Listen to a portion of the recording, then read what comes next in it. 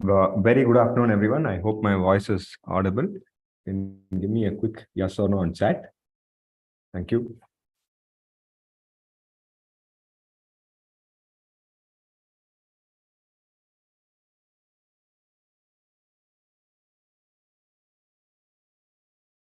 All right. I hope my voice is audible, audience.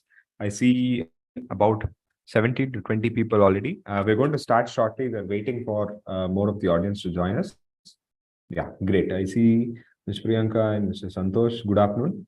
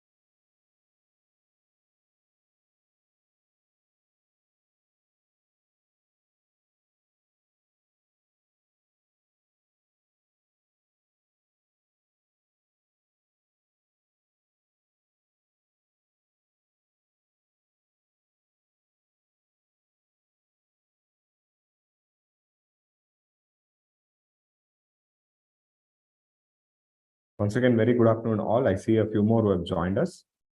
Just want to state that we will be starting shortly. We're waiting for more of the audience to join us. Thank you.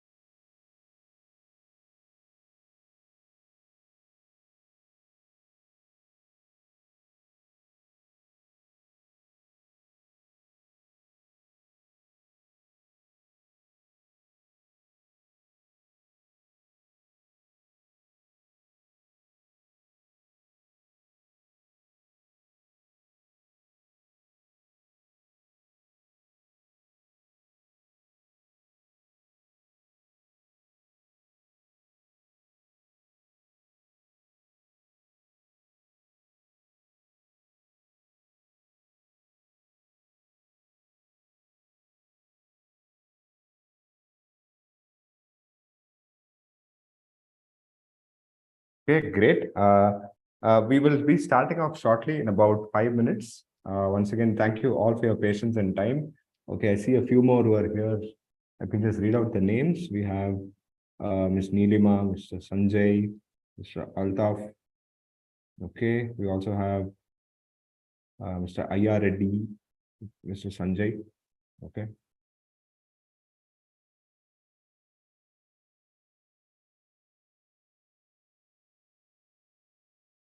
All right. So, audience, you know what? Let me not keep you waiting. I'd like to know what is it that you're expecting from today's session. We also have our speaker, the HR expert, Mr. Avinash Tyagi, with us today. He will be joining us shortly.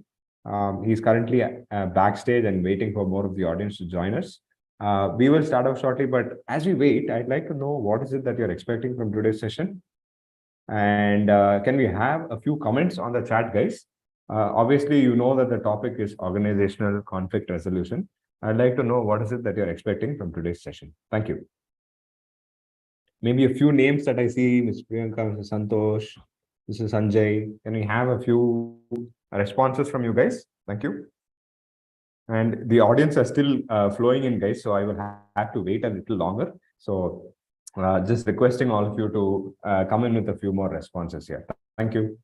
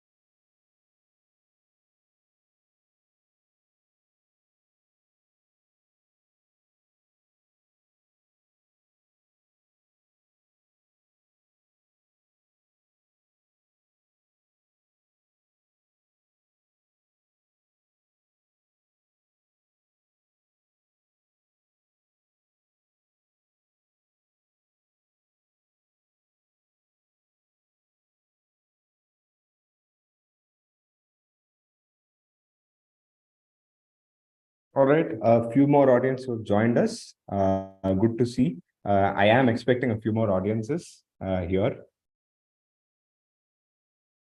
Okay, let me just read out this one response from Mr. Okay, oh, great. Okay. I might have missed a few.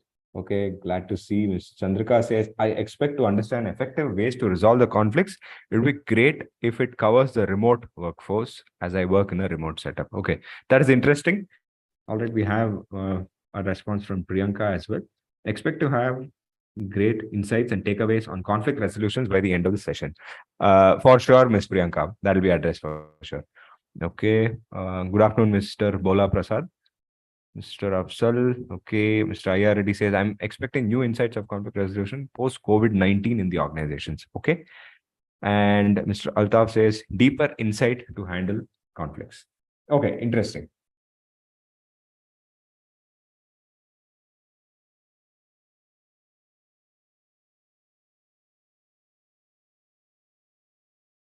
All right. Okay, great. So thank you so much for your patience. And I think we will just get started. I mean, we still have some audience flowing in, but nevertheless, let me get started. Very good afternoon to everyone. I hope my voice is loud and clear.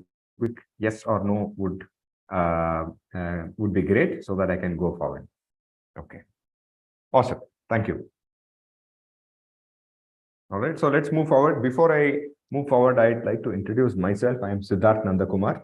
I handle product marketing at Web Solutions, and I will be your moderator for the day. And I will be running through the slides. Okay.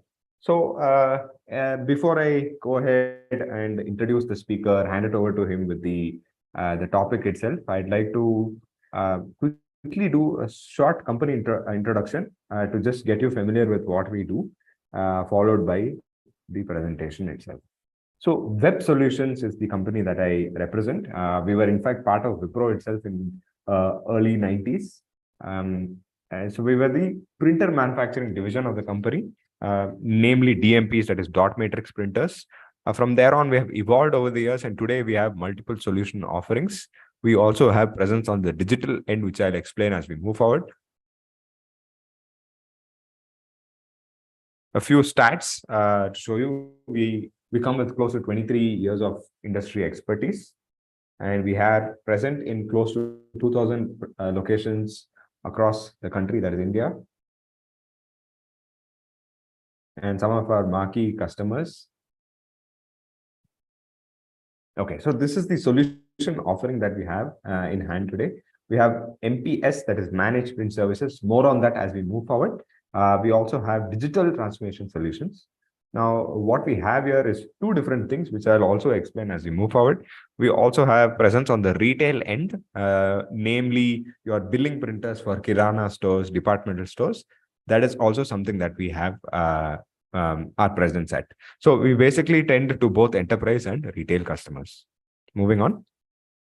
Now I'll try and keep it short and sweet. Will not take too much time and bore you guys. I obviously know that you're looking forward to hearing today's topic itself. Now, on the products portfolio that we have managed print services. As the name suggests, we manage your print. As simple as that. Now, what we do here is we take care of asset management. Assume that you have about 100 printers. Now, you need an additional 50 printers in your portfolio in different locations. That is something that we take care. But we will also take care of your existing 100 printers in your printer network.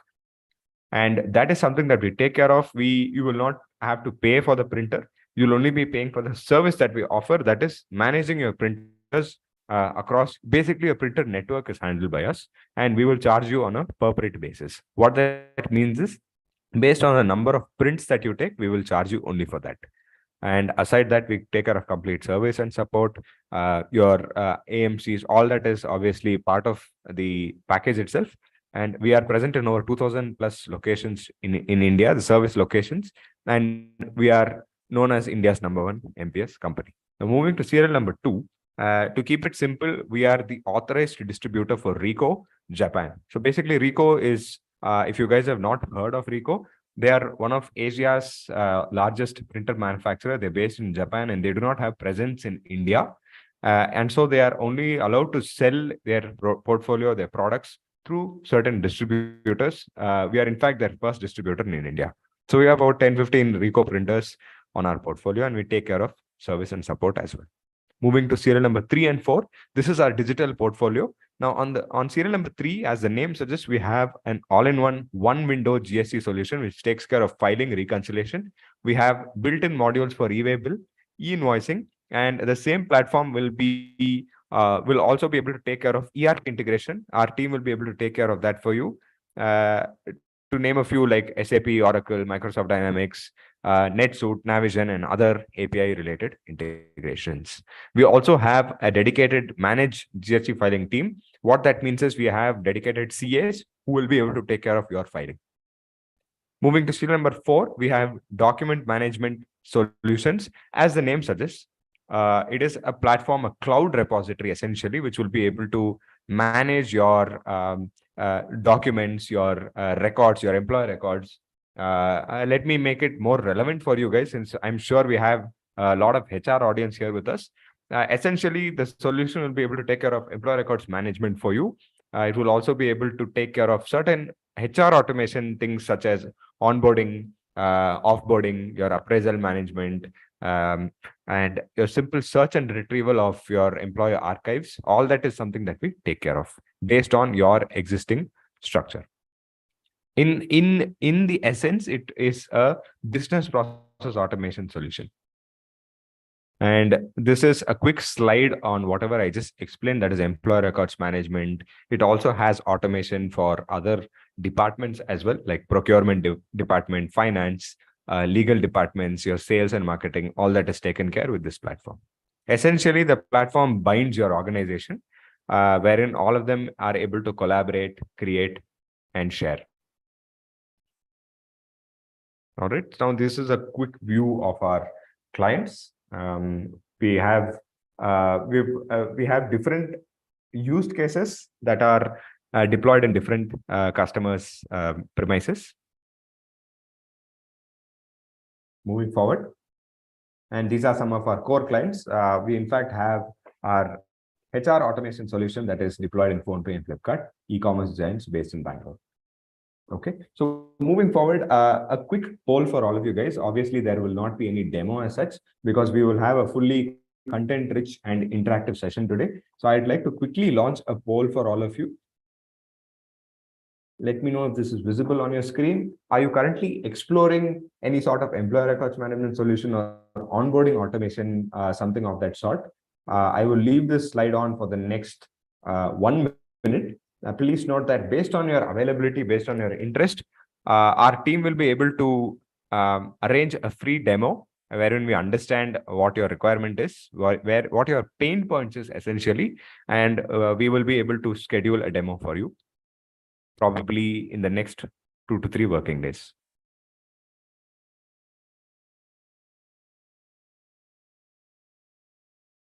Once again, thank you all for your time and patience, in fact. So we will We will also have a dedicated Q&A session, guys. So those of you who are interested in asking queries related to the topic today or anything related to HR, you will be able to gladly do so. Please use the chat and the QA tab to do so. Okay, great. Thank you all for your inputs. I'll end the poll right now. All right. So without any further ado, let's move forward and introduce the speaker for today, Mr. Avinash Tyagi, the HR expert. Mr. Avinash brings in over 24 plus years of experience, extending to various HR processes such as strategic HR, business restructuring, performance management, global recruitment, and tech implementation as some of his core areas of expertise. Having held various roles in the past, in fact, the most recent one as country HR head in the past for Landmark Group and other managerial roles in various industry verticals. I'd like to mention that he has also exposure across various industries, to name a few like retail, pharma, the educational sector itself. His experience extends by folds and adds values to those aspiring to make a difference. I'd also like to mention that he has taken in charge and led the way for various projects implemented over the years, such as the business continuity plan for COVID at his workplace, business restructuring and workforce deployment, the Landmark Happiness Movement, We Care employee engagement program. He's played a great role in the Great Place to Work for consecutive 4 years at his workplace, Retail Management Development Program, Landmark Sports League, so on and so forth. A lot to add to his roster. And some of his key achievements supported business expansion with manpower growth from a mere 350 to 2,200 employees. All the businesses are certified Great Place to Work for the last 4 years. And nationalization level increased from 20% to 56%. So these are some of his accolades. In fact, there are a lot that I have on the list, but I will have to cut short. And without any further, I'd like to hand it over to him. Mr. Avinash, the pleasure is mine. In fact, I'm sure the audience is looking forward to hearing from you directly. Over to you, sir. Thank you. Okay, thank you so much, Siddharth, for your kind words. Yeah, sir. Over to you. Yeah, you can go ahead. Thank you. Am I audible to all of you? Audience, if it'd be great if a quick yes or no, loud and clear, would be great on the chat so that he can go forward. Yeah. So we have some quick responses on the chat. You can go ahead. Yeah. Yeah. Somehow my video is not coming on. Just one moment. Let me. Just one moment. We'll just quickly try that. Audiences, give us one moment on that end.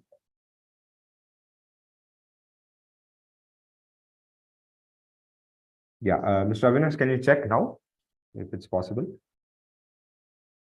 Yeah, good. Audience, I hope you are able to see him.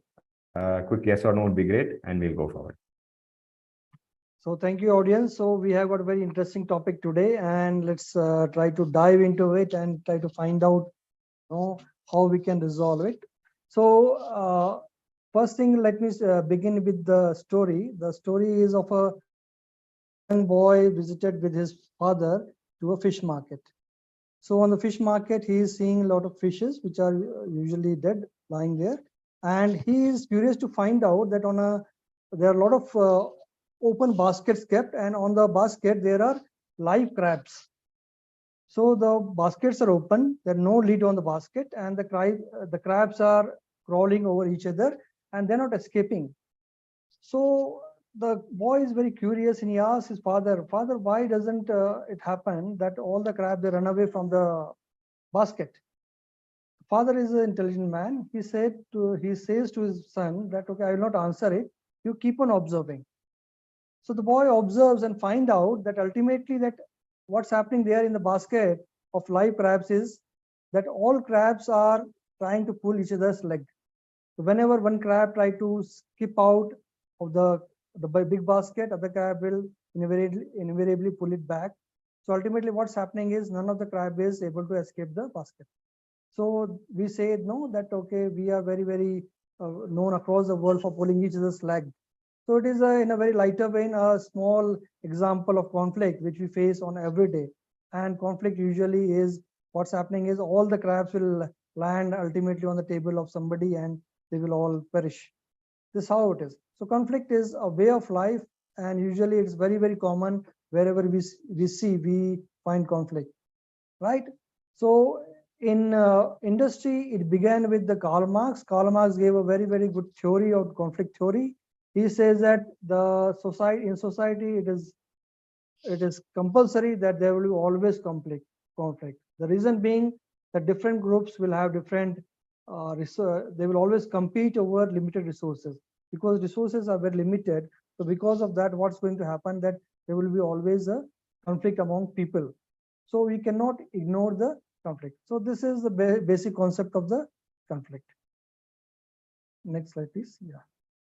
So my question to you would be like, what do you feel?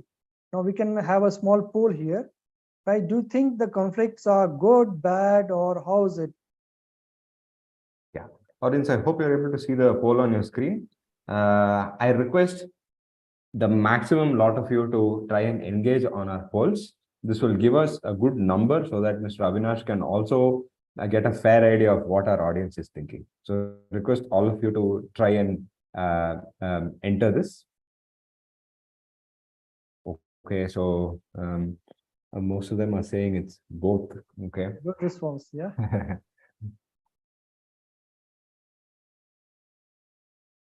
Okay, interesting. Okay, can I have 7 more responses? Can we have 7 more responses, guys? Okay, 6 more. All right. I'll need 5 more responses before I close this poll and share the results.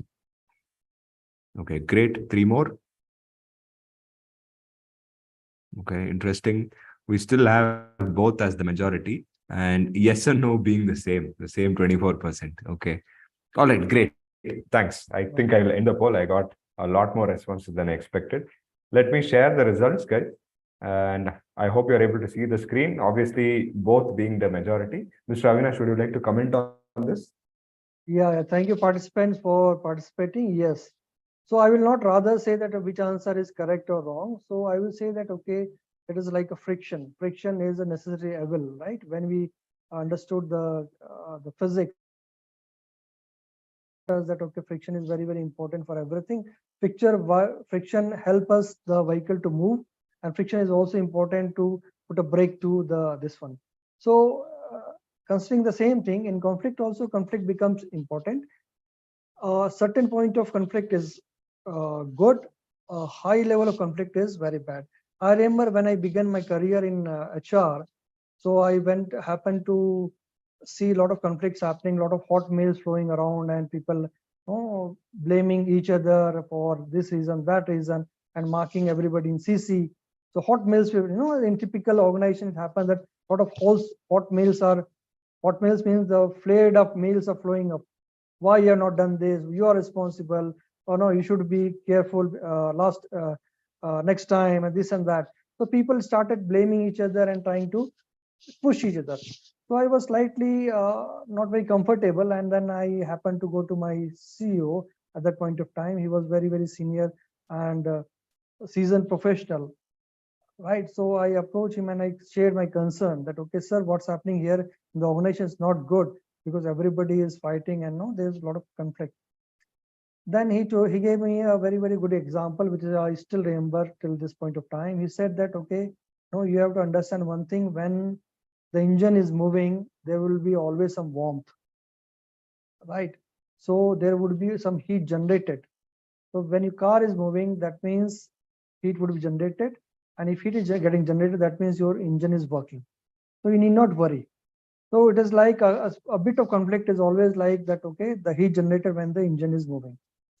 Only thing we have to be very, very careful. We have to make sure that the engine doesn't get overheated. So it is not so much that it impacts or it burns down the whole of engine. So we have to make sure that there is some amount of conflict that is good for the organization, but conflict should not be beyond control. That will create a huge problem. So I will say that, okay, that the conflict is good in some way and bad in some way, right? So conflict is definitely, as we have understood in earlier with some story, the earlier story, that conflict is a necessary evil. It will always happen, right? Next slide, please. Right, so we see a graph here. So it is slightly theoretical, but I will try to make it slightly easy for all of you. So on one hand, we see the level of organizational performance, right, on y-axis. On the low axis, on the x-axis, we see the level of conflict. So you see the point A. At point A, there is low organizational performance as well as low conflict. That means the engine is not moving at all, possibly. So when there is no performance, there is going to be no conflict at all. So I can give example. People are not bothered about their domain area. So marketing guys say that, okay, the finance guy is not giving me approving budget, I'm okay with that. So nothing goes, I don't lose anything. So let him not give me budget. Idle and he's not promoting the product. Similarly, if the quality control guy is not very sincere about his quality control of the product, he let the product pass without any quality control to the market, and the product will come back. So people are not struggling for their piece of work. So they are not very focused on their work. So there is no conflict at all here. Ideally, so when the performance improves, the level of conflict. Request you to look at point B here. In point B, what's happening? The level of organizational performance is very high, and similarly, there is medium level of conflict, right? So we want to be this ideal situation where there is some level of conflict and the performance of organization is very high. So here the organization has achieved the optimum level of conflict, which is leading to effective decision making and high performance. We'll cover this point at later also during the presentation. Now, when we look at point C, in point C at the extreme right hand side, we see that there is high level of conflict and the performance is very low. Now, I understand here that people are more interested now here in engaging their all energy in the conflict. So instead of focusing on the work, people are focusing more on finding out who is doing what and trying to nitpick, try to fight against each other, right? So this is the level C is also dangerous, level A is also dangerous. So I will say the level B, wherein there is some level of conflict and this high performance this is what we desire. I hope I am able to make my point clear to you. Next slide, please. So having established that some level of conflict is important, now let's see some data points, right? So let's see the data point from McKinsey. So this is a report in December 2022, a report published by McKinsey. So it says that on an average, managers spend 4 hours per week dealing with conflict. So every manager across the world, this is actually more of a Western US based report. So I am very sure this must be applicable in India as well, right? Or it's applicable globally. So here that 4 hours are spent per week, manager is not doing anything, only trying to resolve conflict among his team member. Now I have got another poll for all of you. So I want you know the team to guess what would be the level of the conflict usually people will have. Yeah, let me just launch the poll right away. Okay, so audience, as Mr. Avinash was mentioning, approximately what percentage of employees experience some level of conflict at their workplace? We have 4 levels. If you think there is anything more than this, please use the chat and you can use that for typing. Thank you. Okay. Wow, it says more than 80%. Okay. Audience, I'd request that you can definitely use the chat as well in case you'd like to interact as the session goes. As I mentioned earlier, we will have a QA session following the presentation, and you can in fact unmute and talk to Mr. Avinash himself directly. But during the presentation, as we go across the slides, if you'd like to mention anything, please feel free to do so. Okay, 25 to 50 and 51 to 75. Okay, sir, do you think we should give them a few more seconds or can we call off the poll?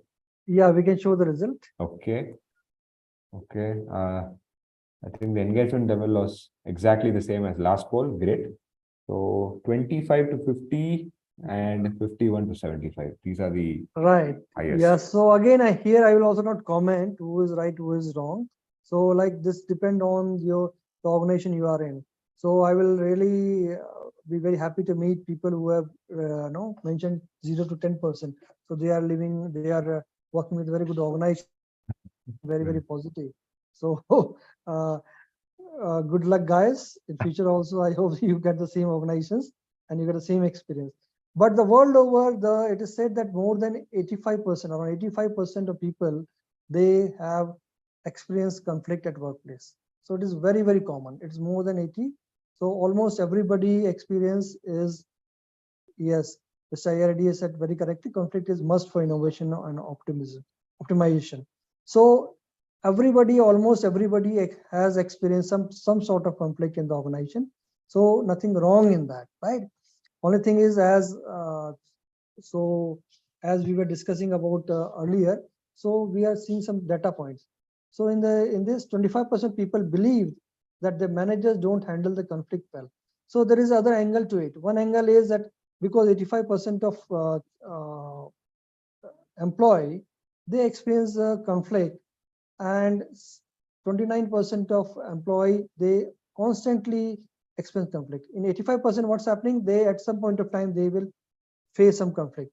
But in 29% of cases, they are on daily basis or every minute or every second, I will say, they are facing conflict. So it is very difficult for them. So what happens is ultimately the employee, then they start feeling why the managers are not doing anything on it, right? So when the same poll was done for Maverick company by McKinsey, so 25% of the employee, they were very clear. They said that my managers, they are not handling the conflict very well. So this is the general opinion. So this data will help us to come to understand the reality, right? So where we are and how we can progress and how we can make it better. 85% is slightly higher side, right? And over this. Yeah, so research finding was in December 2022. This research, Mr. Reddy, is 2022. Right. Next slide, please. Now this we all understand, but I will just try to brief on this. So there would be three types of conflict. One would be interpersonal conflict. So conflict between individuals, right? So I am working in a particular position. I am working as HR executive, and there is other HR executive. Maybe we both are into recruitment. We are both recruiters, right? So there could be a conflict between me and the other person. And the study says almost 50% of workplace conflict will happen because of personality clashes and ego. Now we have to dwell deep into it. What do we mean by personality clashes? Right? Personality clashes, I'm sure most of you would have heard or are aware of personality types. Like somebody is extroverted, somebody is introverted, somebody want to chat a lot, somebody want to keep quiet, somebody want to utilize in time well, somebody want peace at work, somebody doesn't want. So different type of people are there, right? Extroversion, introversion, people come to judgment, take the decision, right? So this is how people come to these are different type of personalities. So everybody will have a particular style, and it becomes very difficult for other type of personality to understand how these people can work like this. It is very difficult for them to tolerate, if I can use this word, right? So you might have seen that, okay, some people, they are very loud at work, they keep on chatting, and then the other people are quietly working. And these people who are very quietly working, they always wonder why these people can't just shut their mouth and Same is applicable to other people also who love to chat. They say, why these people are coming with sad faces, sitting and spoiling the environment of the organization? Why they just can't smile and chat and work, right? So different people will have different styles of working, and that's why it leads to a conflict. We'll discuss this in detail as well. Second is intra-group conflict. There will be conflict within a group or team, right? For example, there will be two recruiter who is doing IT recruitment. There will be two recruiter who are doing non-IT recruitment. So there could be a conflict between two groups happening. There could be a conflict between two or more teams or groups also. So here managers play a key role resolution to this conflict. So I have one question to all of you. Do you think that usually the inter-team or inter-group conflict is mainly because of team leaders? So what do you think would be the role of a team leaders in inter-group conflict? Yeah. So, sir, shall we make it easier for them rather than them typing? Let's launch a poll itself. Yes, sure. Yeah, Okay. please. Okay, so audience, I hope you're able to see this on your screen. One of the major causes of inter-team conflicts is the personal conflict between team leaders. Let us know your thoughts on this.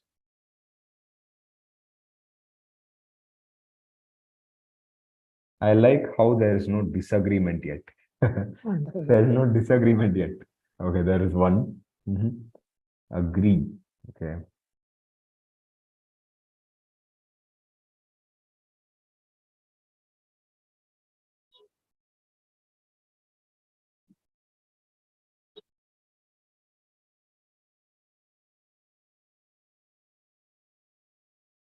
Okay. And Mr. Ayya Reddy, I think we'll come back to your query on this. I see your query on chat.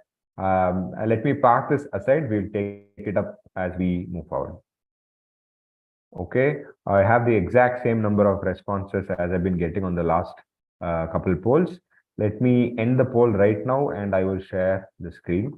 Audience, glad to see the engagement. Please keep this going. Let me share the results now and yeah, Mr. Avinash, over to you. Yes. So thank you for response, team. So yes, one of the major causes for inter-team conflict is personal conflict between team leaders. Yes, usually it happens, and the team has a tendency to have a loyalty towards the team leader. Right? I'm not saying it is applicable in all the instances.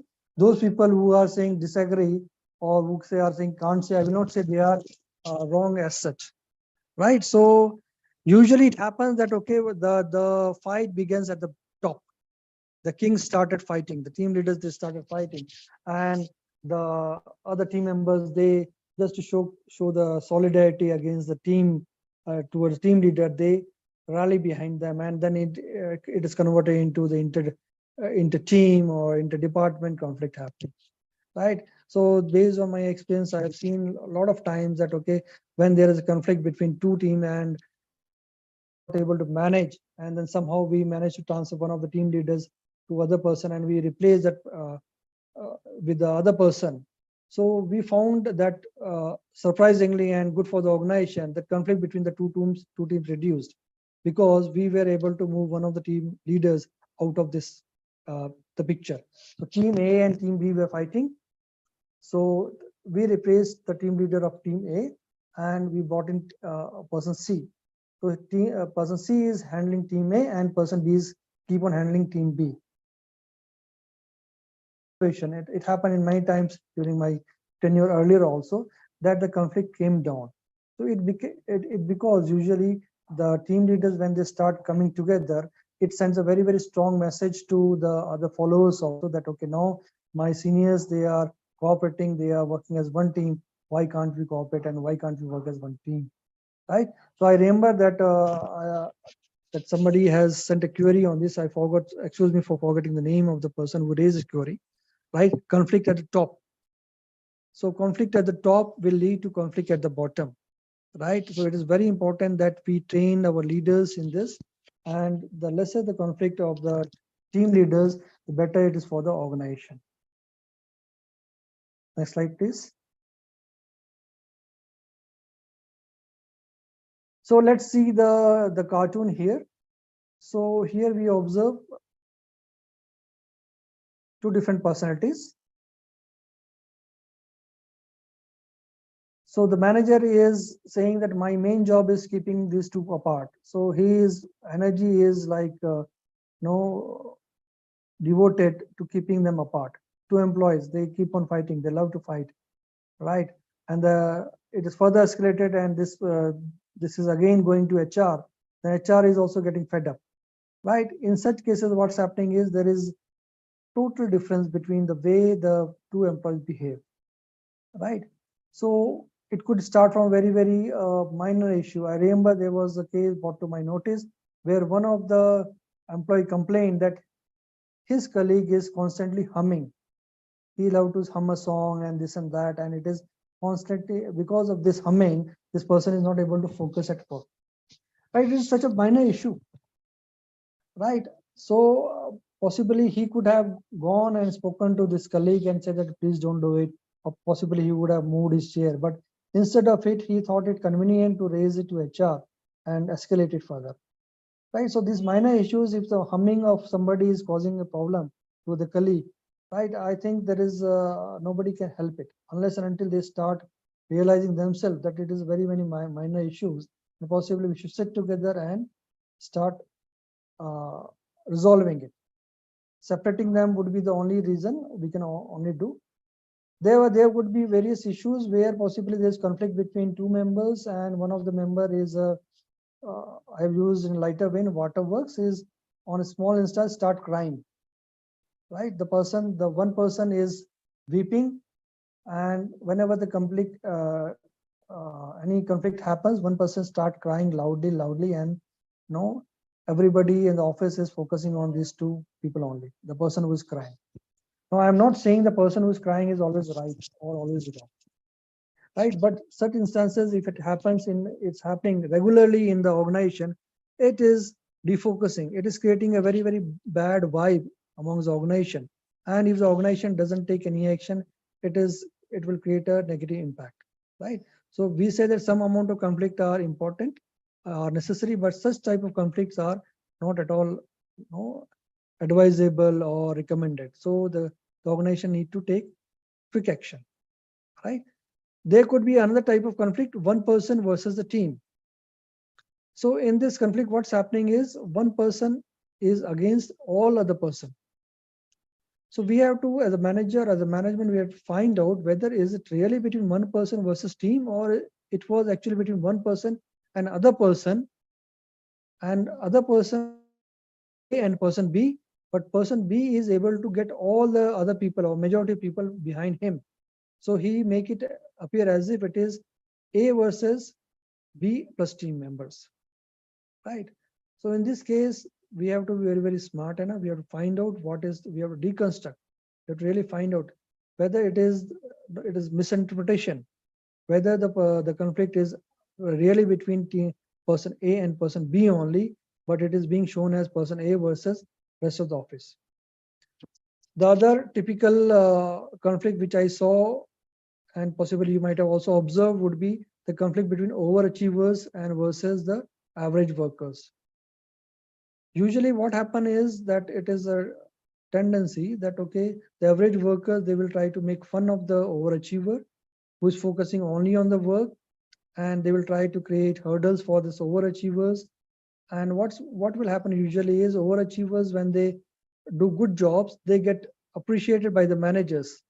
They get better reward and recognition, and this create further rift and jealousy among other colleagues, and they start throwing spanners on the wheel of these overachievers. So as a management, we should also be very clear and prudent to understand whether the conflict is between one person or team, or whether the conflict is between overachievers and the team. So I'm not blaming that all the average workers have to blame.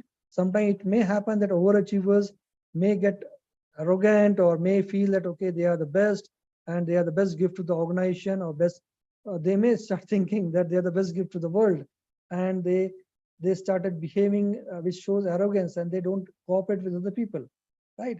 So it calls for a lot of strategy on part of organization to find out how to deal with these cases. The inter-team conflict we have already dealt, so we have to really find out whether it was conflict more between the team managers rather than the teams. If it is between the managers, we resolve the issue between the managers, or try to transfer the managers. If it is really between the team, then what do? Then we have to sit together with the team. First, you need to address the leadership of the team, tell them and then percolate down the other team members that both the teams are not competing, both the teams are cooperative, or they have to come into collaborative approach, which we'll see in the next slides. Right? Next slide, please. Now let's try to find out what are the various reasons why there would be conflict. So since all of you are already working in the corporate world, and so you might have come across all these cases. So let's begin with overlapping authority.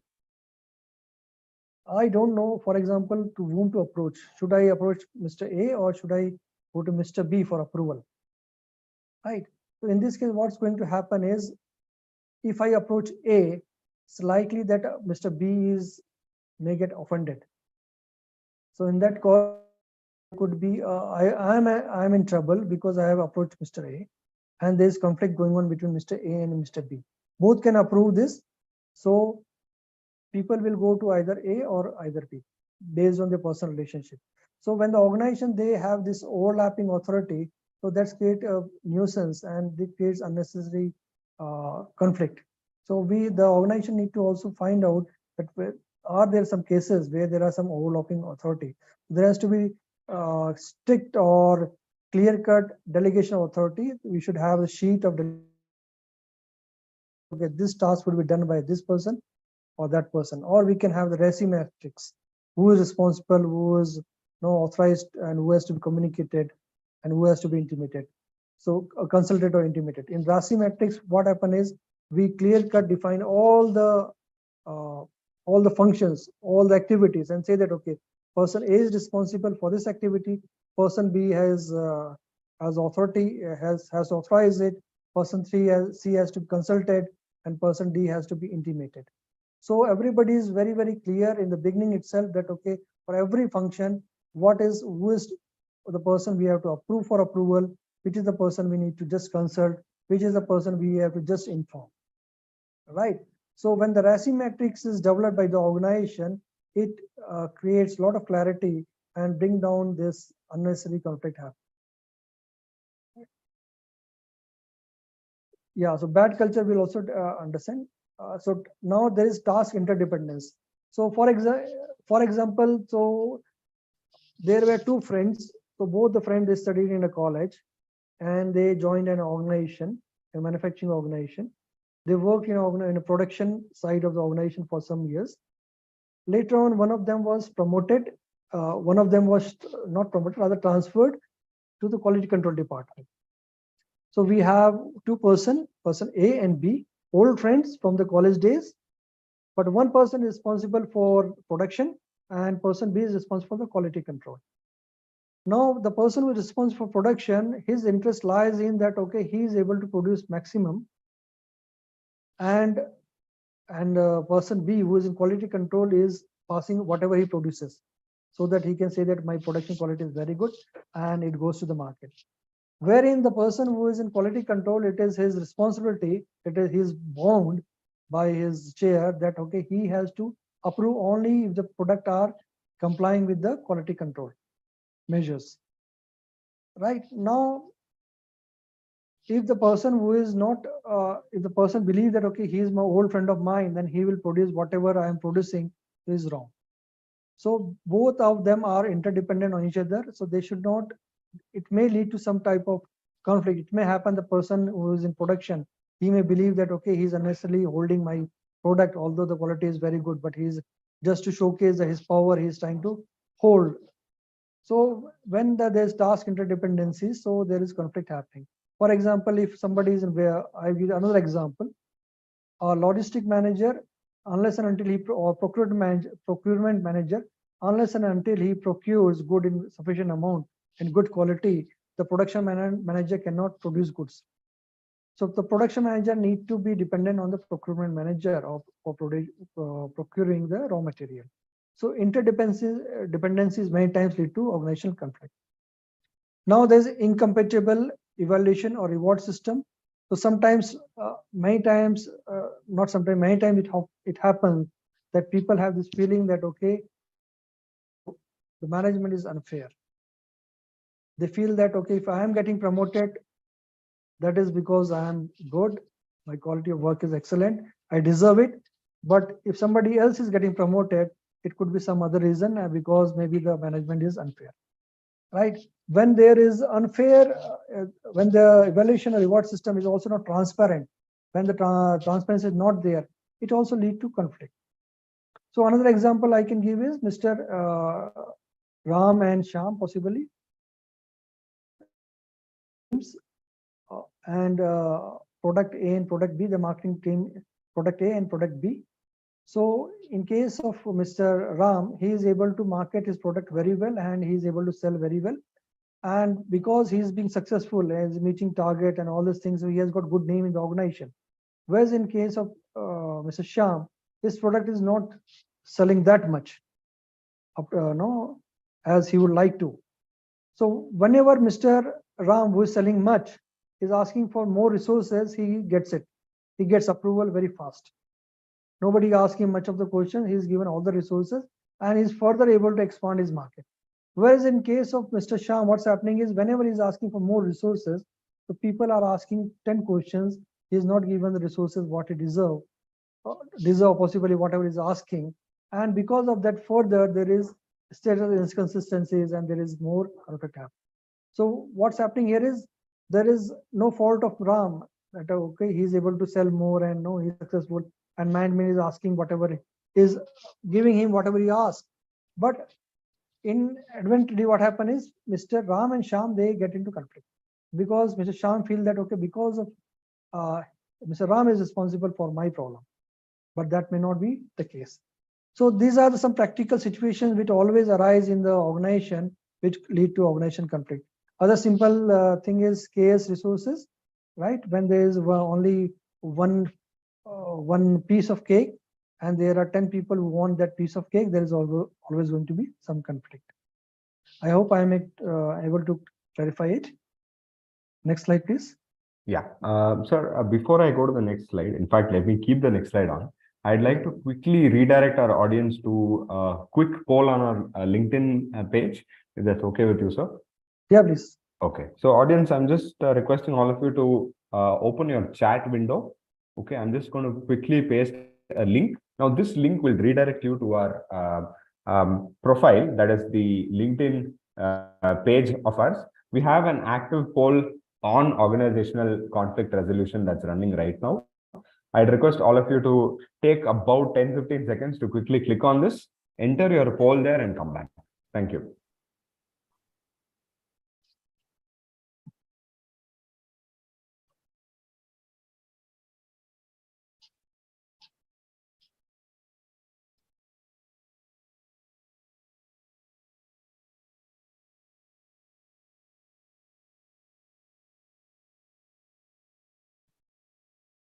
Okay, audience, I'd also like to mention that we do have a dedicated Q&A session shortly. So if there's any queries that you have related to the, related to conflict resolution or anything else outside the topic, feel free to put it on the chat. Let me just quickly check the number of responses over there that we have. Okay, not bad. Okay, we have about 8 to 9 responses there. Not bad. All right. So if you're all done, you can definitely come back to our the Zoom window itself. We'll continue.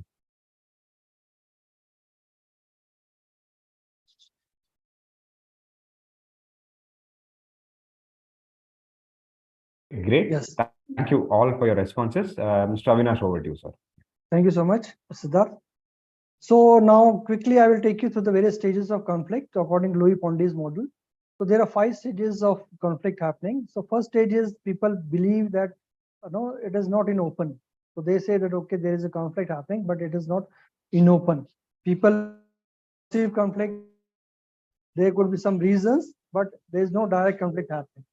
In second stage, what's happening here is there is a perceived conflict or felt conflict. Right, people perceive, they started feeling uncomfortable. Yes, there could be some conflict between this person and me, right? And they perceive it, and then later on they will have a conflict. In third stage, the people they try to find out, they try to find out various methods by which we can handle We'll discuss this in next slide. So what are the various methods by which we can handle the conflict? In the next stage, in stage 4, what will happen is the behavior, the conflict will come out in open and people will show it publicly. All right. And the last stage is the result stage, where either the performance improves or decreases. Right. So from under the carpet, in the first stage is under the carpet. So there are some underlying reasons to it. In second stage, the people start feeling conflict a bit. In third stage, they try to cope up with this. In fourth stage, they try to express it. In fifth stage, they possibly know the result of the conflict is out. Right. Next slide, please.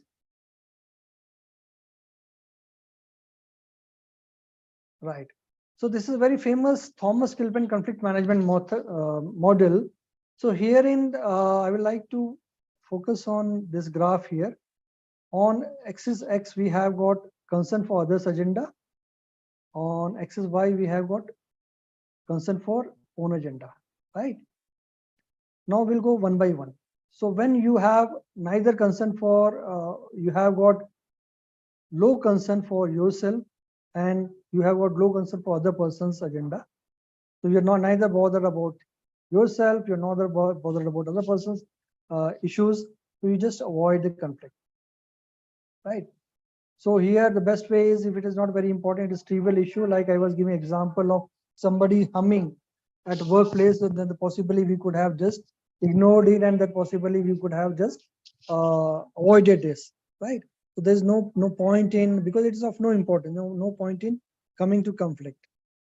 If the stakes are very high, for example, the concern for your agenda is very high, I think that whatever I want, I must get it. And I am not bothered about what's happening to other person. So I compete, right? On left-hand side corner, you can see the competing, right? In competing, what happened? People are bothered about, it is win-lose situation. You are winning, the other person has to lose. So only you, one person will win up, right? So in this case, what happened is, people think that, okay, by hook or crook, no, if I can use that word, I have to get this thing done for me, because it is hugely very, very important and critically important for me. So I do whatever I want and I compete, right? On the right hand side, we had accommodating. In accommodating, what happened is, you have got concern for others agenda, right? You are bothered more about other person and you think that, okay, no, here we said that typical sacrifice. So let me sacrifice my own interest. Let me accommodate other person's interest. So when you will accommodate, the accommodating happens when possibly the issue is more important for other party than you, right? So there could be a situation where you think that, okay, you may think that, okay, leave it. This is so important for this person and it's not that important for me. So let me give this to him. So what I'm trying to do is, I'm trying to buy over the peace, or to bank favors. I said, okay, no, let me do some favor to this person, and possibly he will remember this, and whenever something is very important for me, then he will do something for me. So here I am trying to accommodate. In other case, on top right hand corner, we have the situation where it is the collaborating. In collaborating, what happen is, collaborating, both the parties, they say that, okay, neither will lose, so it has to be win-win situation. Here nobody is losing, everybody is trying to win. Now I remember reading somewhere, this is case of Apple. There was a big fight between the development team and aesthetic team, design team, engineering team and design team of Apple. So the engineering team was more hell-bent on giving good features, whereas the design team wanted it to be very, very user-friendly. Apple has to be user-friendly and aesthetically very, very appealing. Now there was a big fight going on. So they thought that, okay, either we can make the machine or the Apple iPhones so scientifically advanced. So they were trying to make it very, very scientific, advanced technologically, but it was not aesthetically appealing. So then it was my way or the highway, that type of situation. Then Steve Jobs, he sat with the team, both the team together, he made both the teams collaborate. So what happened is, neither of them lost. It's not like that the engineering team said that, okay, we'll give away some of the important features, will not include that. So they included those important features, technical features, and also the design team was able to inculcate the best of the best design. So that's why it happened, the collaboration happened, and we got the fantastic result of the Apple iPhone available. Now, the other situation which majorly and mostly we see is compromising, where both the parties give a bit of their turf, say that, okay, so it is I lose some and you lose some, and we come to a compromise. So this is the situation. So my question to the audience is, which according to you is the best situation here? Avoiding, compromising, collaborating, compromising? Mr. Ankit Gorpade is saying collaborating. Okay, can we have a few more responses? We don't have a poll, obviously. Right. Nilima is saying collaboration. Collaboration, okay. Right. So ideally, yeah, Manoj Kumar is also saying collaborate. Ideally, in an ideal world, I will collaborate. I will like to collaboration. Collaboration is Fatima is also saying collaboration. So in ideal world, we need to collaborate, and collaboration is the right way, right? So collaboration is the best option available for resolving any conflict. In organization, if the organizations, the teams can collaborate, nothing like it. Next slide, please.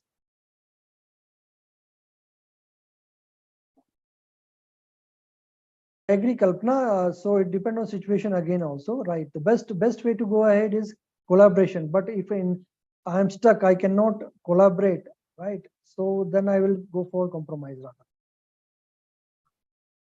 Now in building the team, so there's some of the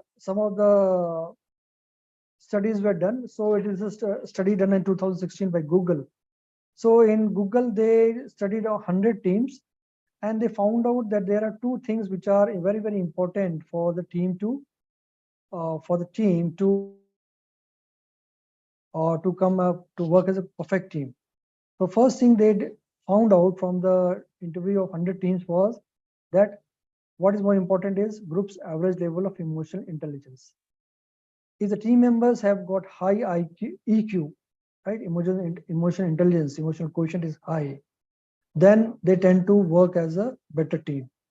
Second thing is what they found out, there has to be high degree of communication between the team members. So if I am in an organization where I am feeling that there's a huge level of conflict that is creating an issue for my organization, I have to find out two things where I can work on. Number thing, I need to find out what is the level of emotional intelligence, or do I need to train my people on EQ? Yes. If the answer is yes, then I will start training people on EQ, emotional intelligence, so that the emotional intelligence of the individual as well as group improves. Second thing is, then I will also try to find out what I can do so that I am able to increase the communication between the team members. So I start doing that communication between the team members. This you might have observed in a lot of corporate team building exercises. People go to or come to places like Rishikesh or other places they go, and they have fantastic, the team building exercises, off-site team building exercises. So the purpose of it is to improve the communication between team members. So ultimately, when the communication improves and the people start understanding each other, then the conflict will come down. I remember a funny example of my earlier days in HR. So I used to have a huge conflict with one of my operations manager, right? And we were sitting quite close to each other. So I blame myself also, and we both were like hot-headed, and we used to have sparks flowing between us, right? Shouting, etc. So I'm talking about maybe a couple of decades back. So at that point of time, we had a situation where we need to travel to Sri Lanka for recruitment. We were hiring the workers from outside the situation. Then at that point of time, my CEO decided to send this colleague and myself. He said, both of you are going to go there for recruitment. You will represent retail, and Mr. Avinash is going to represent HR. Both of you need to travel. So imagine a situation where we had been having guns out at each other and fighting and shouting at each other frequently, and our boss has told very clearly that both of you need to go to travel to a third country and be there for 3 days and come back with a good result in the recruitment. Now it was a funny situation, and people in office were laughing. They were saying that one of them is going to drown other person, throw the other person in the sea, and then only one person will return back. So that was such a bad vibe between us, right? So somehow we went. Initially, we didn't speak to each other, but in any case, in the flight, so they're next to each other, so we couldn't avoid. Then we started speaking to each other, and by the time, to everybody's surprise, by the time when we returned back, we were one of the best friends, and I still cherish the friendship I had with him, and I still maintain that relationship with him. So what I'm trying to do is tell here is that it may happen, a situation may happen that there could be a conflict, a huge conflict. But given a chance, when you get an opportunity to speak to each other, try to understand each other, possibly in informal environment, then possibly a lot of things understand each other and conflict could be vanished. So there was another study of factory team. They also find out the same thing, that interpersonal insensitivity, curiosity, emotional stability lead to cohesive teams. So all these things are very, very important when we need to build the teams. Next slide, please.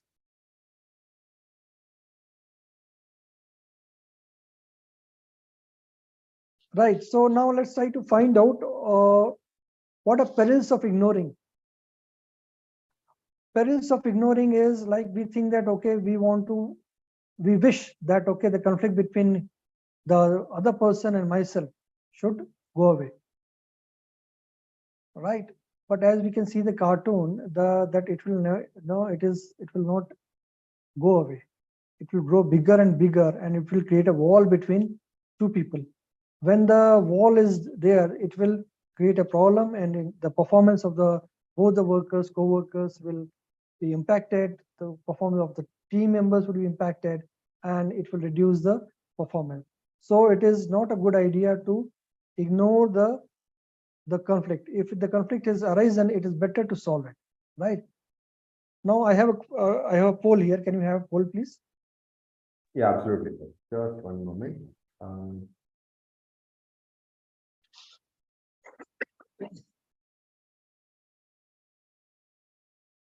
Okay.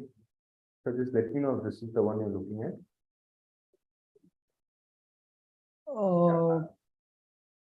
Okay, yeah. I mean, the audience has anyway gone ahead and responded. The best strategy of dealing with difficult coworkers.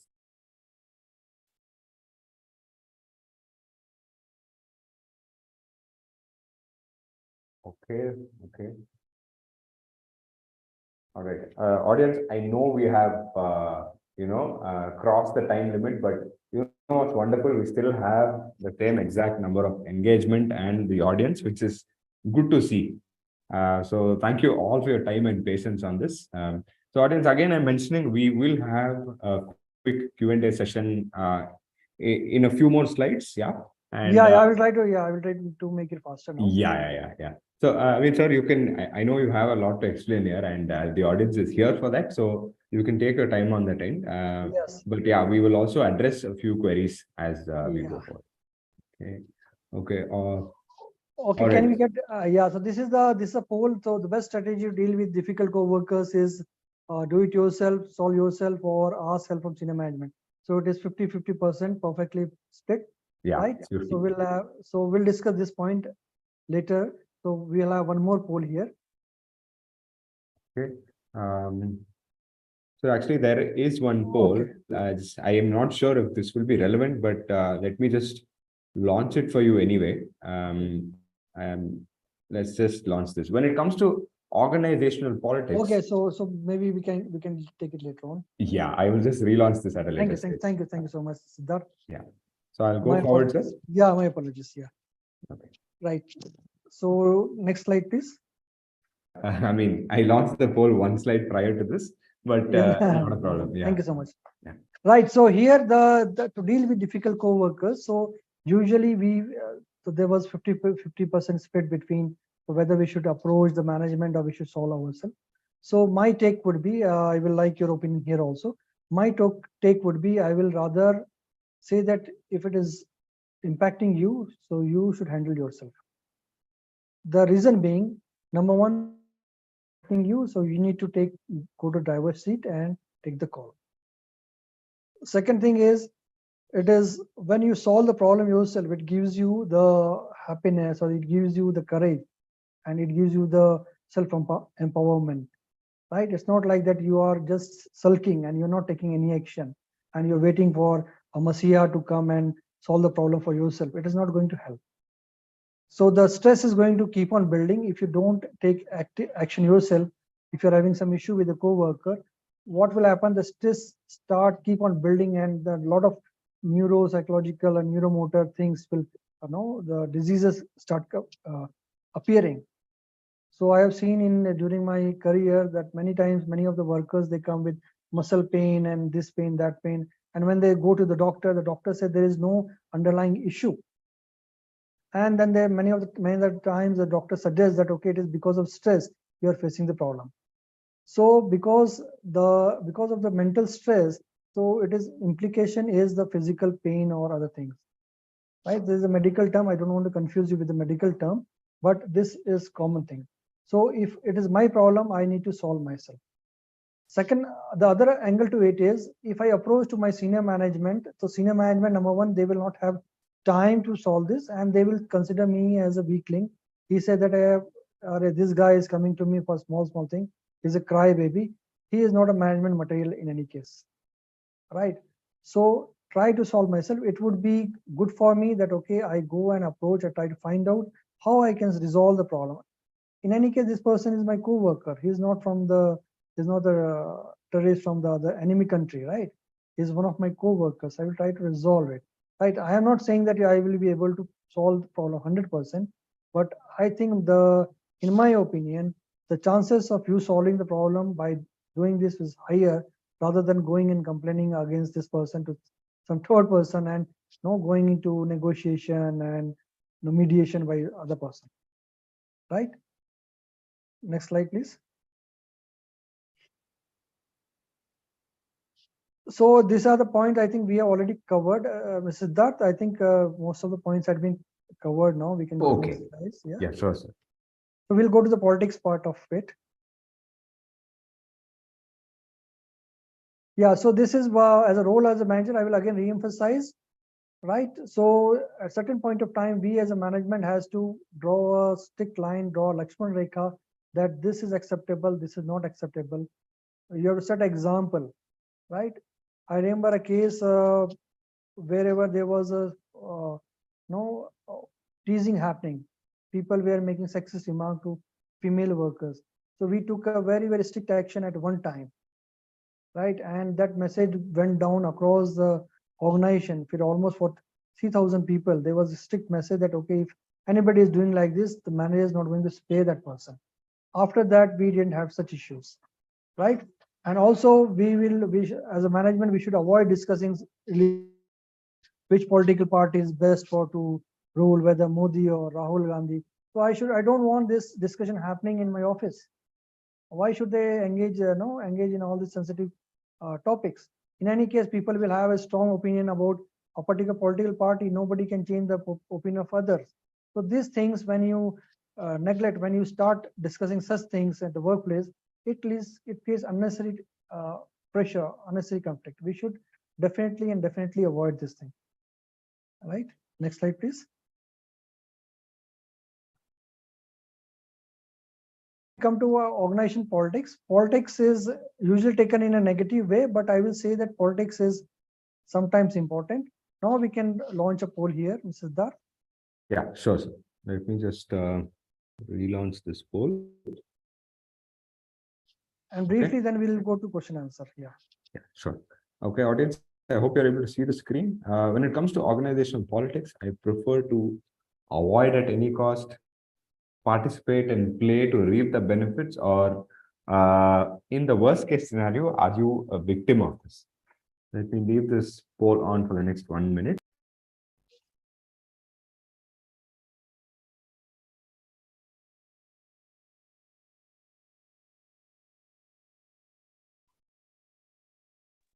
Okay, avoid at any cost. Obviously sounds like the smartest option here. Okay. There are a few of them who mentioned participate and play. I I would like to know the thought process behind that. Yes. Right. So I will play the devil's advocate with Siddharth here. Right. So you see, one thing is very clear in every organization, there is going to be bound to be politics. Right. So you cannot avoid it. So today, tomorrow, or day after tomorrow, or one day or other day, you will be caught into it. Rather, I will say that I will participate and play the politics. I am not saying in a negative way. I am saying politics can be played in a good way, right? Correct. So this, which we'll see in the next slides. So the idea why I'm saying is, so there is always a negative connotation, right? I am a very simple guy. I don't believe in playing politics. All right, why should I play politics? So I am a simple guy. It doesn't mean that anybody can use me as a doormat, right? So if I'm not smart enough, people will use me as a doormat and walk all over me. So this is not what I am meant to be. I'm a successful professional. I have to be professional.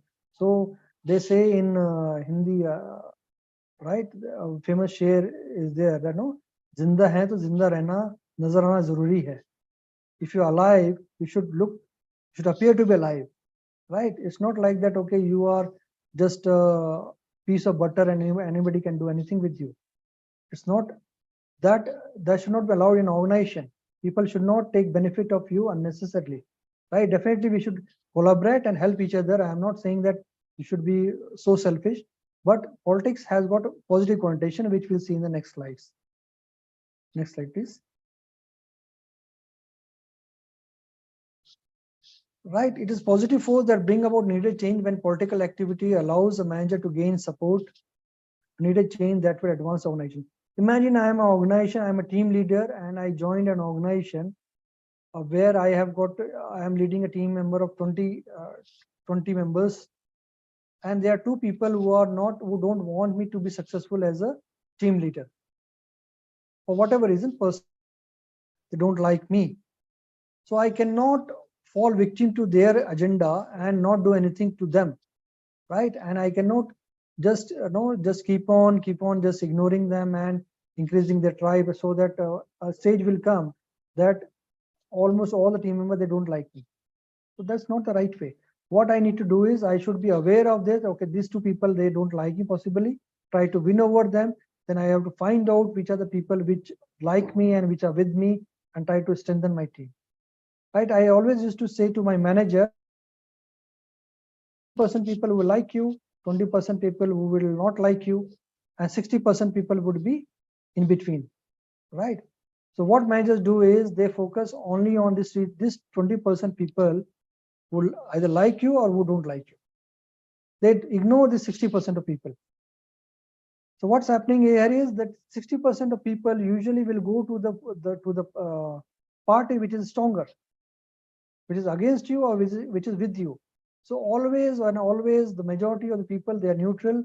So as a manager, you need to focus on them, bring them to your team, encourage them, develop them, so that they are always with you and they strengthen your team, strengthen your hand. Yeah. Next slide, please. So what are the various strategies for controlling uncertainty? We have to definitely reduce uncertainty, find out what is the reason, try to become irreplaceable, right? If I am working in an organization, I have to do something so that my talents are irreplaceable. I have to strengthen my profile. I have to develop usual knowledge, the special critical knowledge or skills which I have, so that my manager, my organization cannot ignore me. So I should always try to be in central position so that I can lead the organization. I can or try to influence decision-making process, right? I should also be generating resource. I should be aligning with the people who are fruitful for the organization, which are using good for the organization. I should always build alliances rather than making more enemies. I should try to make more and more friends, offline, online, or at the work, outside the work. I should be networking with them, right? So my relationship with my colleague, sorry, excuse me, should not end after the working hours is over.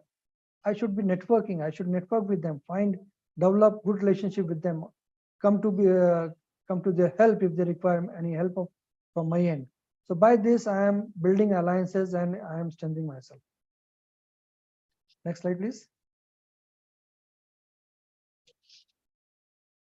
Second, other important thing, other important strategy is many times many organizations they adopt, they bring an outside expert, right? So when you bring an outside expert and the expert is also saying the same thing what you were saying, it usually strengthen your profile or strengthen add weight to what you were saying, right?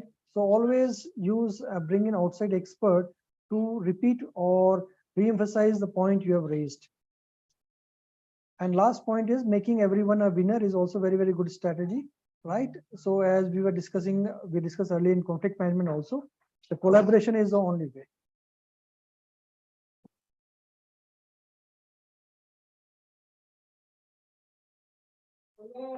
Next slide, please.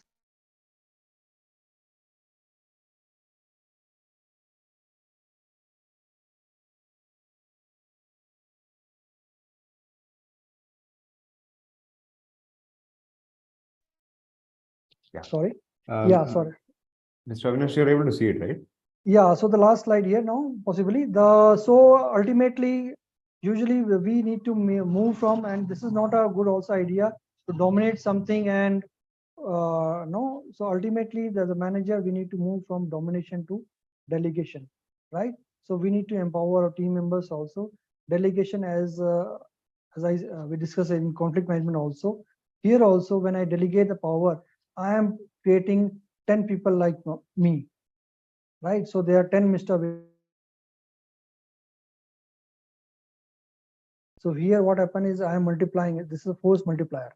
This strategy is a force multiplier strategy, and this help in strengthening yourself and creating a good niche for yourself in the organization. The next slide, please. I think we are, there are some of the strategies by I will just name these strategies adopted by the organizations, and possibly we can use in this Q&A also. So Google used a don't be evil policy.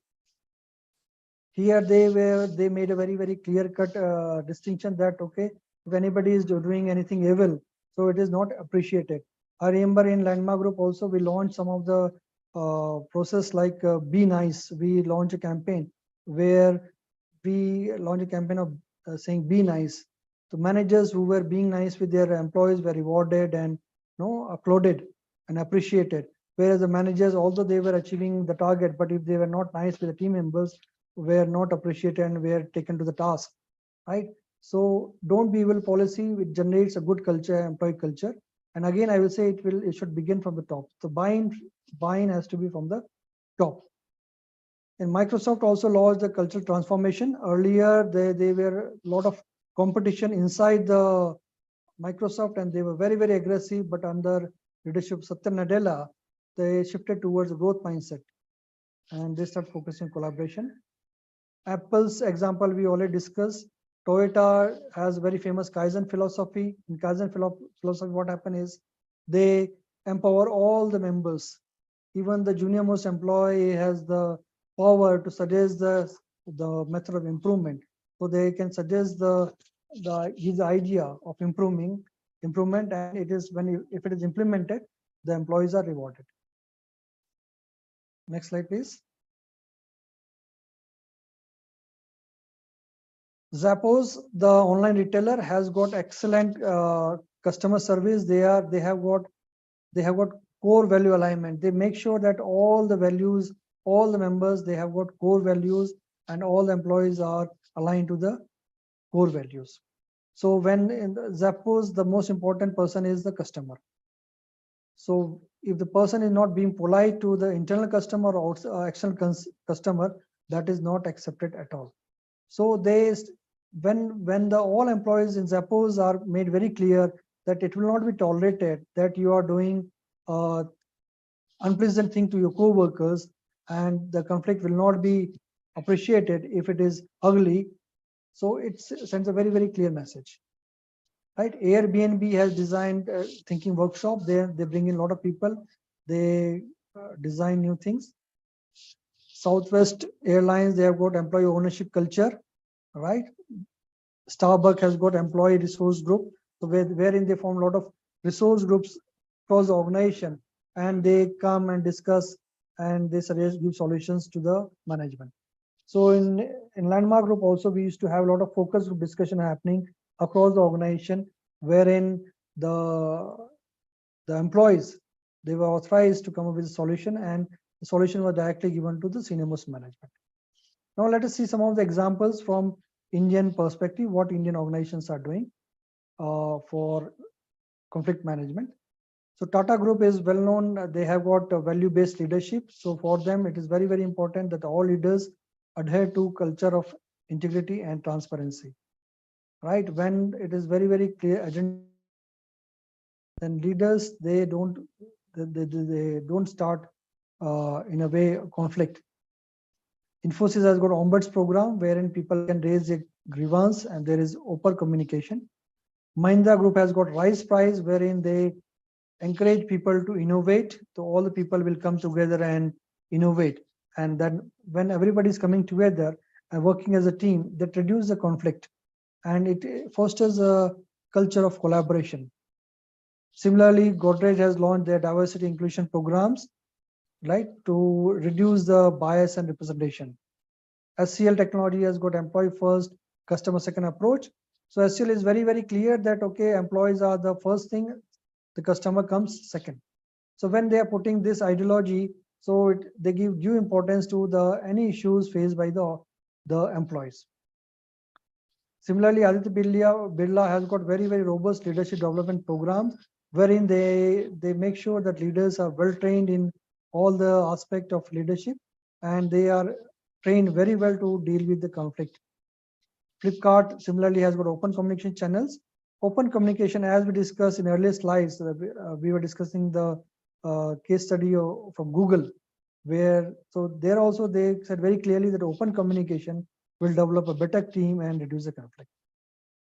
So I think this is from my end. Now I am open to questions. Siddharth? And sir, I mean, there are a few other things on the presentation. Yes, sorry. Yeah. So there are other, there is a good use of technology. You can use a lot of technological tools can be used. KillmanDiagnostic.com is one tool you can use to find out your style of managing conflict. Similarly, as we are discussing about communication, if you use technology in the organization and the communication flows between the different departments, different people, the inter-department or intra-department communication, if you are using technology, that is always helpful. So the technology will play a very, very robust role in possibly handling the conflict and dealing with it.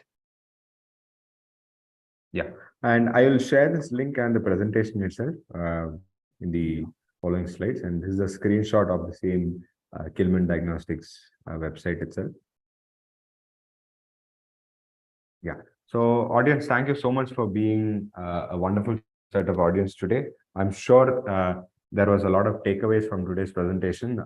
Thank you so much for your time and efforts, Mr. Avinash. So we can take up, I know we have extended time, but let's take about 5 to 10 minutes to answer a few queries if there's any. And audience, I'd like to mention that if you have any queries that you'd like to directly ask Mr. Avinash, I'll be able to unmute you. You just have to mention it on chat, or you can raise your hand using the raise your hand feature.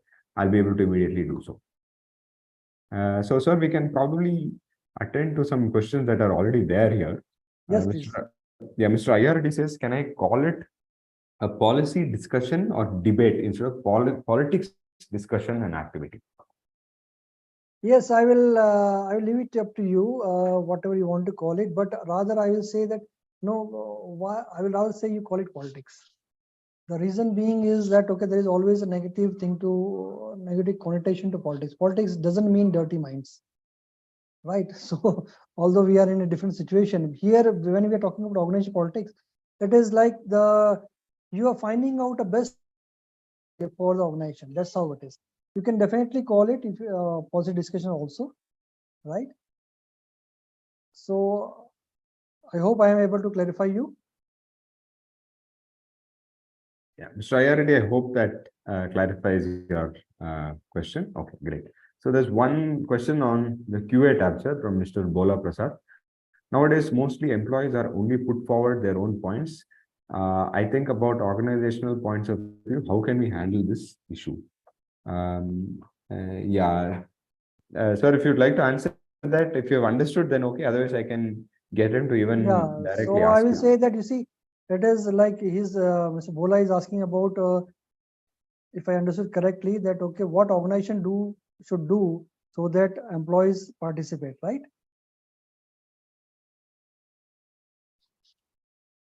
Yeah, Mr. Bola Prasad, would you like to directly ask him this question? Okay, yeah. I will just get you to do that. 1 minute.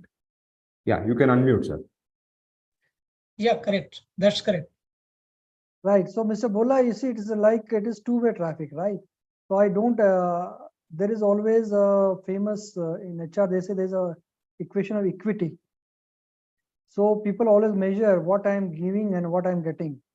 The moment I realize that I am getting more than what I am giving as an employee, I feel emotionally connected to my organization. So unless if I feel that okay, whatever I am getting proportionately out of it. So it is a transaction relationship. I have given 10 rupees, I got a value of 10 rupees. So there is no emotional connect. It is just transactional.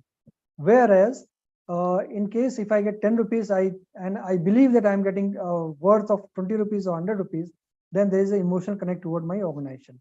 That's why the organization has to do something so that they create more value for the employee. That's why there are a lot of employee engagement programs, a lot of benefits the organizations are giving, which is not mandated by the law, right? So I remember there was some question asked by one of the participant. He said that, okay, with less money, how I can make my employees engaged? I can definitely say that you praise and appreciate them more, right? Definitely it is a budgetary constraint. You may not be able to increase salary of everyone, but what stops you from praising people who are doing the right job? And Correct. when I'm saying praising the right people, I am also saying what stops you from reprimanding people who are not doing the right job? So you have to be fair. If you don't take action against people who are not doing proper work, so it creates a bad culture, right? So we have to be very, very careful. If somebody is wrong, then he is wrong. He may be one of my best of the employee, but if he has done wrong task, then I should have courage to raise and say that, okay, this is not correct. I'm not pointing you, I'm pointing a mistake. That's it. Yeah, that's correct, sir. Thank you very much. Thank you so much. Thank you for the participation, Mr. Bola. Okay, so there's also another question from Nutan. Best way to solve conflict between managers or leaders? I Managers believe and managers or leaders. between them. So you're talking about two managers? Yeah. Yeah. Okay. So definitely if there is a conflict between two managers, I said so it percolate down, and the team also start having a issue. So I will rather say the managers has to take a call on it. So there would be somebody senior to them also, right? Right. So these people have to come up and they have to aggressive, delicate and more polite to a junior person, but I have to be more direct to a senior manager, right? I should have courage and say that, okay, this is not acceptable because the team expect you to set up a good example, and I cannot have head of two department fighting publicly, and creating nuisance. So that what happen is their followers will also start doing it. So somebody has to have a courage and do it. If there is no improvement, give them chance, send them for leadership training and conflict management training. If there is no improvement, then you may need to move them, one of them, or you need to get rid of them possibly, right? But don't delay it. The action has to be taken. I will say I will take a time frame of 3 to 6 months, because if the problem is serious, because it impact the culture badly. If these things, the bad things populate very fast. I hope I am able to clarify, Ms. Nutan. So to reemphasize, recap, send them for training, right? Give them clear-cut target, measure it, and acknowledge if they're improved. If they're not improved, try to relocate or get rid of them.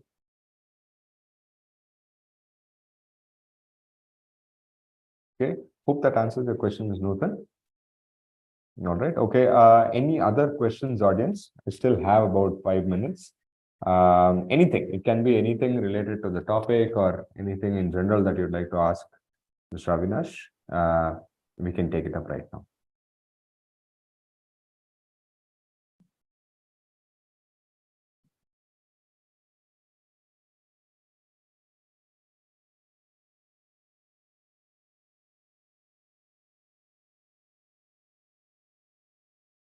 Okay, anyone would like to directly ask him a question?